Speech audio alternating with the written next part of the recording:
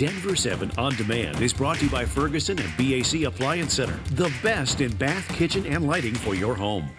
And good morning, I'm Brian Sanders. And I'm Molly Hendrickson. This is the latest from Denver 7. Today's CDOT crews are hard at work clearing the ice and snow from our roads this morning following yesterday's spring blizzard. The actual storm may not have packed as big a punch as last month's bomb cyclone, but the road conditions after the storm are very similar. DIA hopes airlines can return to normal operations today after hundreds of flights were canceled by the storm yesterday. The weather stranded a lot of people at the airport overnight. As of this morning, there were close to 200 flight cancellations and delays for today. Make sure you check your flight status if you're headed to the airport. And it will be cold the better part of the day. Here's Lisa. Yeah, the snow, though, not that heavy here in Denver. We picked up about 3 to 6 inches close to town, a little less out at the airport, in fact, but we had some really gusty winds which blew that around. And as you got up near Netherland and Estes Park, it was a good 7 to about 8 inches of snow. Now, the northeastern plains are going to continue to see some blizzard conditions this morning. It's still really windy. That light to moderate snow will continue with a couple of additional inches of snow there through midday today. We'll be in the upper 30s to low 40s under a little mix of sun and clouds, with then again later today into tonight a chance for a few flurries, a few spotty showers. Then early tomorrow morning under a partly cloudy sky, we'll be in the 20s again early Friday. And then later tomorrow, still a little unsettled. The mountains are going to pick up a little more snow, and we could see a few light snow and rain showers late Friday into, again, Saturday. So it's going to be unsettled through Saturday and then much warmer by Sunday. Very little accumulation expected with these little spotty showers Friday and Saturday. And then once the sunshine returns, it's really going to warm things up. We're going to go from low to mid 40s Friday and Saturday to near 60 by Sunday. And you guys, I'm looking forward to Monday. I never say that. I'm looking forward to Monday, but I am with this, a high of 70 degrees. I'm with you on that one. Thanks, Lisa. The South Adams Fire Department responds to a call at their own station. One of the brush trucks at Station 28 caught fire overnight. A firefighter was hurt during the response, but the condition of that person is not known. Head to thedenverchannel.com for any updates we receive. The body of an Aurora soldier killed in a motorcycle crash in Georgia earlier this month returns home to Colorado. Specialist Keegan Burka was stationed at Fort Stewart in Georgia at the time of the crash. Yesterday, a dignified transfer took place at DIA. His flag-draped casket taken off the plane and then moved to a funeral home in Parker. A celebration of Burka's life will be held on Monday at the Parker Evangelical Presbyterian Church. He will be buried with full military honors at Fort Logan on Tuesday. Specialist Burka was only 19 years old. The fate of the principal at Arapahoe High School could be determined at tonight's Littleton School Board meeting. A group calling itself the Arapahoe Community Coalition has been pushing for Natalie Promensko's dismissal, blaming her and school administrators for a series of tragic events over the past several years. They include the shooting death of a girl by a classmate in 2013, 2 student suicides, and the arrest of 2 teachers for sexual assault earlier this school year. However, a number of students at the school don't feel the same way about the administration. They held a rally Monday and started a change.org petition to show their support for the principal and other administrators. Prosecutors are expected to file new and more serious charges against an Aurora dean accused of threatening to shoot school staff. Denver 7 broke this story last week. Investigators say Tushar Ray walked into Aurora West College Prep, placed a gun in front of the principal, and told her he was going to shoot 2 colleagues. This week in court, prosecutors added that Ray may have also texted threats to those administrators.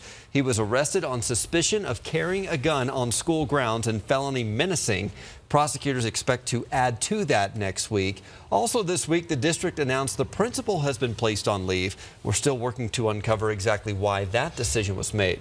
Growing up, we all remember kids getting suspended in middle and high school. Hopefully you weren't one of the ones getting suspended. But did you know that some kids are getting suspended, even expelled in kindergarten, 1st grade, and 2nd grade? Well, today state lawmakers debate if that route is the best way to handle discipline for our youngest kids. Denver 7's Nicole Brady shows us how the bill works. It can be tough as a parent to figure out how to discipline our small kids, maybe a timeout or take away a favorite game or toy. But what happens when the child has a problem in school? Some state lawmakers are concerned that schools are suspending or even expelling too many small children. House Bill 1194 says children who are suspended or expelled from school are several times more likely to face disciplinary action action again. So this bill would require something called inclusive discipline practices instead of suspensions or expulsions, but it doesn't really specify what that means.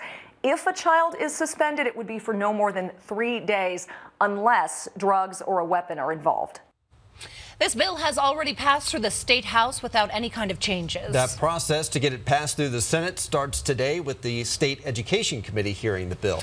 Now to a Contact 7 consumer alert. The Consumer Product Safety Commission will not make Fisher-Price recall a popular baby product, despite a Consumer Reports analysis linking it to at least 32 infant deaths.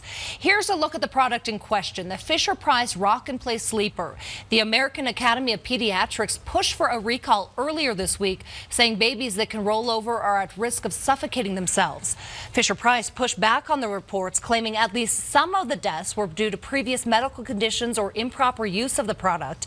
The American Academy of Pediatrics says parents should be aware that just because a product is sold in stores does not mean it's safe. The Dumb Friends League is expanding its animal hospital, and the ribbon cutting is tonight. This is the Solutions Veterinary Hospital in Denver. The first section opened back in October, and now the Dumb Friends League is opening an expanded area to care for more pets whose families can't afford care. They've cared for more than 2,500 pets in the first 6 months since opening. Only meeting about 10% of the need. So we need people to help us as well. So we've got this great hospital in place. We're going to be able to make an impact on animals that would not otherwise be receiving this care. And we would love for the community to help us be able to provide that care to those pets. So the hospital works on a sliding scale and is hoping for donations from the community. For the second straight year, the Avalanche are the final wild card in the Stanley Cup playoffs. And tonight they kick off their quest for the Cup by taking on the top-seeded Flames in Calgary. So the teams played 3 times in the regular season, and the Flames won all 3 of those games. Hopefully that trend does not continue. If you are looking for somewhere to watch the game, the Avs are hosting watch parties at Sports Column on Blake Street for games 1 and 2. Anyone is welcome to attend, but those under 21 do have to be accompanied by an adult. Meanwhile, Colorado's other playoff team, the Denver Nuggets, clinched the 2nd seed in the NBA playoffs with a 99-95 victory over the Minnesota Timberwolves at the Pepsi Center last night. So the Nuggets will face the 7th seeded San Antonio Spurs in the first round of the playoffs. Those two teams split the 4 games they played during the regular season. Games 1 and 2 will be at the Pepsi Center on Saturday and next Tuesday. The Nuggets then hit the road for games 3 and 4 next Thursday and Saturday in San Antonio. This has been your Denver 7 On Demand update. Thanks for joining us. Check back here later tonight for another update and download the Denver 7 app for breaking news and alerts. Have a great day.